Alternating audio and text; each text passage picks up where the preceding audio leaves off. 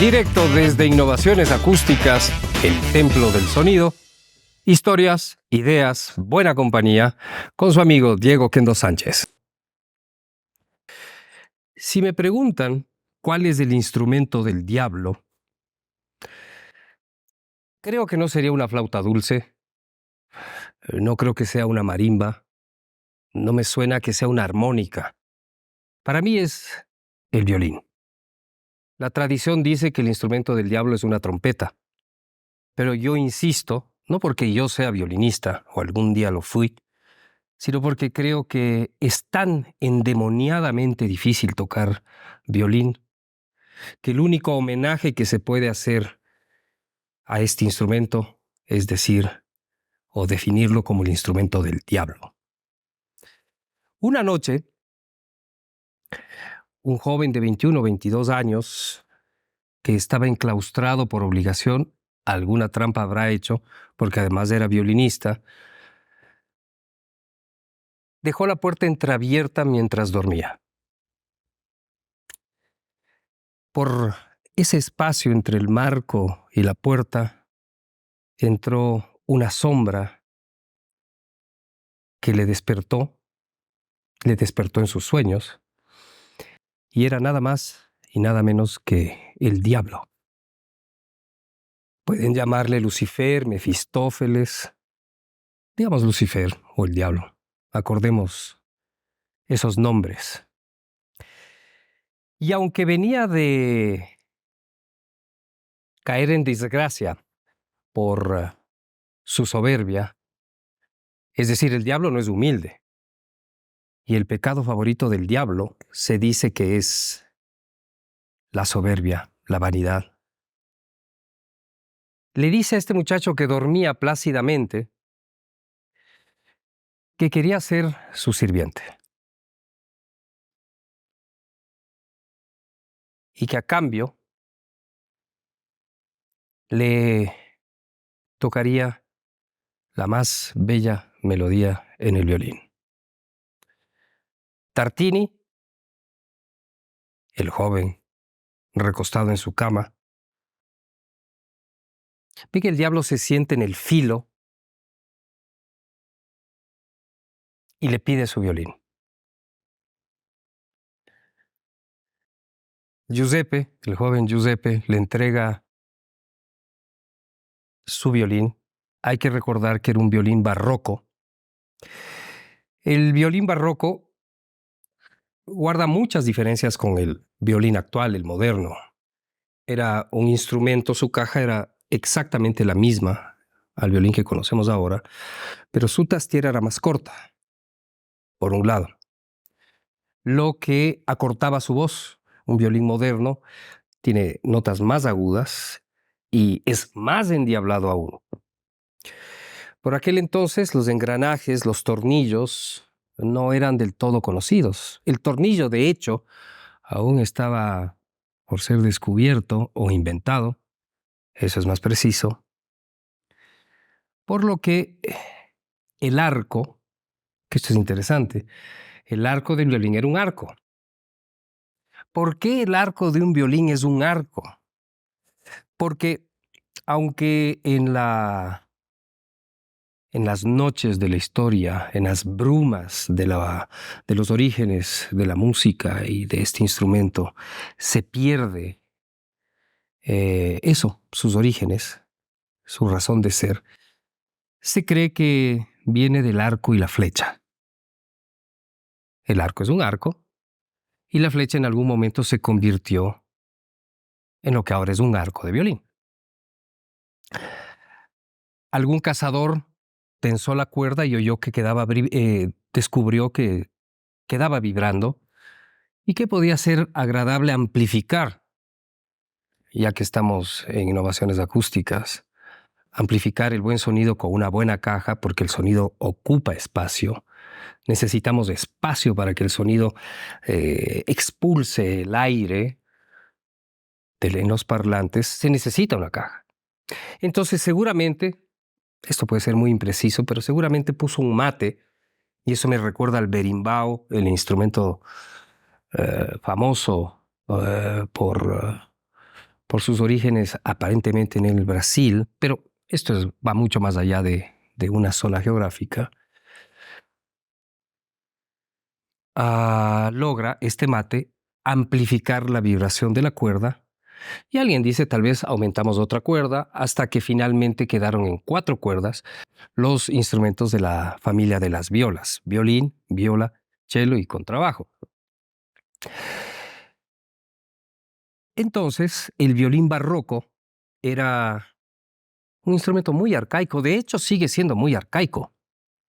El arco era un arco, pero como no tenía tornillo, el violinista tensaba y aflojaba las crines, porque además son cerdas de caballo las que articulan el sonido por fricción en el violín. Actualmente, un contrabajista, un chelista, un violista, un violinista tensa la nuez y tensa las cerdas del arco con un tornillo, pero ya que en el barroco este mecanismo aún no se conocía, el violinista con el pulgar tensaba y aflojaba las crines, lo que le permitía al violín barroco con mayor facilidad, porque aún es posible tocar acordes y tocar de otra manera. Tenía otras posibilidades el violín. Otra característica, hasta entrado el siglo XX prácticamente, las cuerdas eran de tripa. Podía ser tripa de gato, tripa de carnero, lo que le daba otra sonoridad, una sonoridad más orgánica, menos metálica. No existía el entorchado en las cuerdas. Y además de una cosa que le gustaría mucho a los violinistas actualmente, eran cuerdas que podían durar toda la vida, o por lo menos mucho tiempo. Actualmente un violinista profesional cambia de cuerdas en poco tiempo, no sé, semanas, y en la medida en que busca cuerdas de alta definición, son juegos de cuerdas bastante caros. Las cuerdas del violín de aquella época eran de tripa. Esto en general define al violín barroco, que por lo tanto era un instrumento que reaccionaba de otra forma.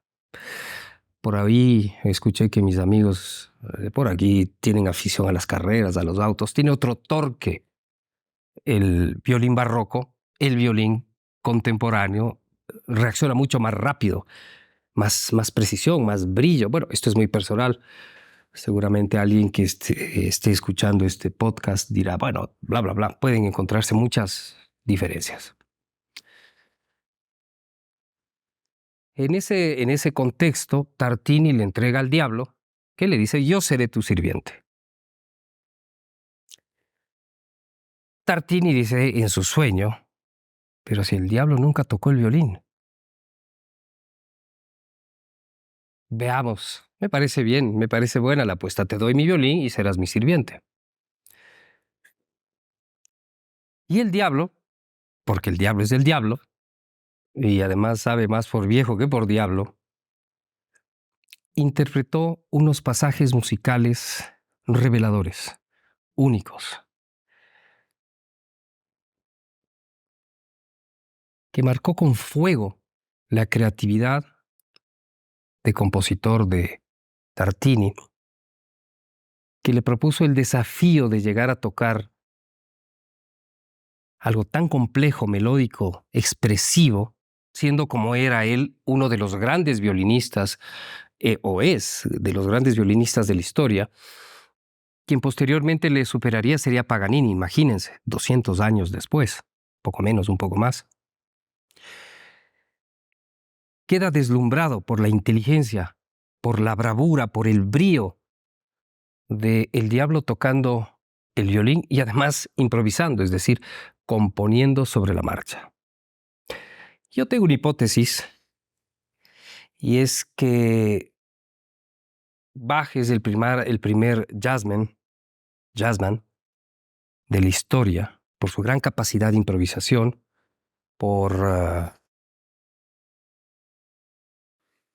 esta fuerza creativa que le lleva a realizar fugas y expresiones musicales complejísimas, basadas en la improvisación, mientras que para mí Antonio Vivaldi es el primer rockero. Antonio Vivaldi era pelirrojo, tenía una melena larga, era cura pero no ejercía de cura, viajaba con groupies, es el padre de las groupies.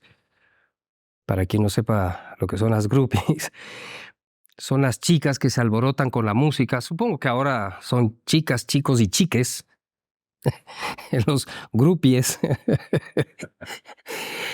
Y no daba misa porque decía que, como era asmático, podría interrumpir la misa con un ataque de tos, de asfixia, de esa asfixia asmática.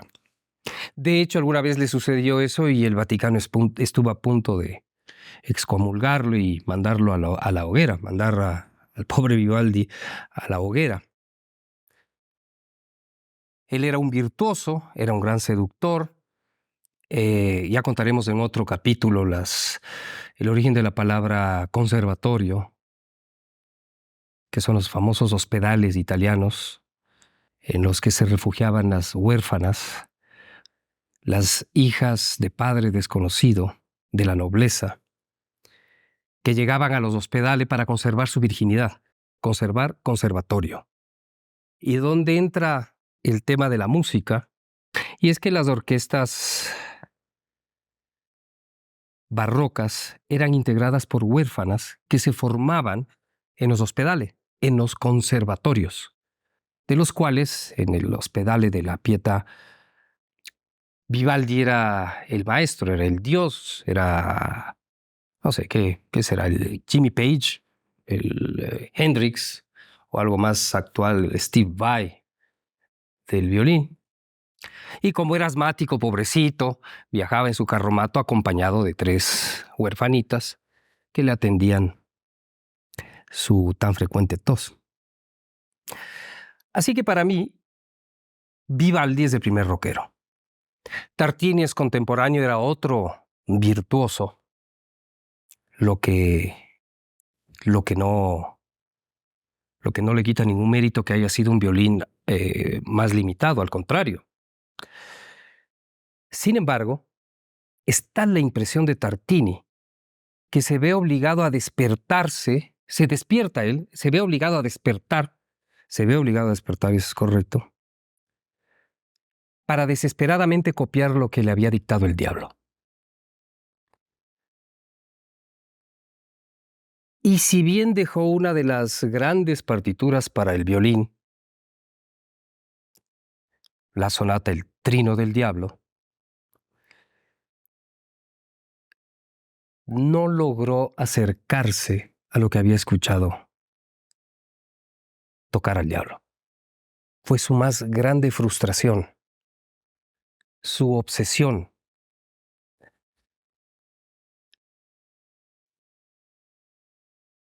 Dejó El Trino del Diablo, que es una de las obras más celebradas de la partitura de la literatura escrita para el violín.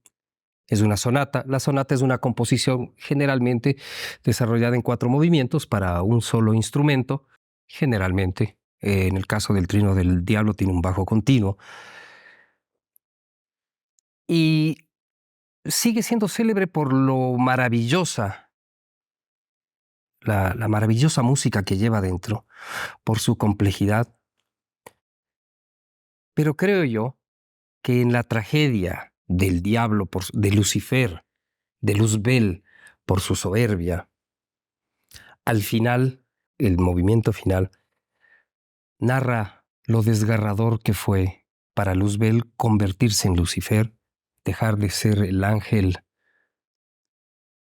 favorito de Dios y convertirse en una sombra que, según cuenta la leyenda, nos hace caer en la tentación y nos estimula para pecar y cometer ese pecado favorito de él, que es la vanidad.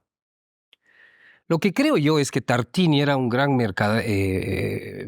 un gran marketinero. Yo creo que sabía de marketing, lo que después retomaría Paganini más adelante, y se inventó que soñó que el diablo se sentó y le dictó, y quiso reproducir esto y nunca pudo. Como una reflexión personal, una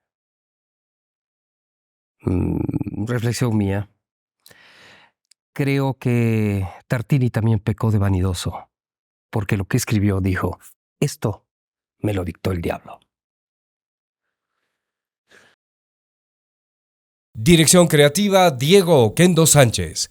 Producción ejecutiva Innovaciones Acústicas. Cámaras y edición Cuoca.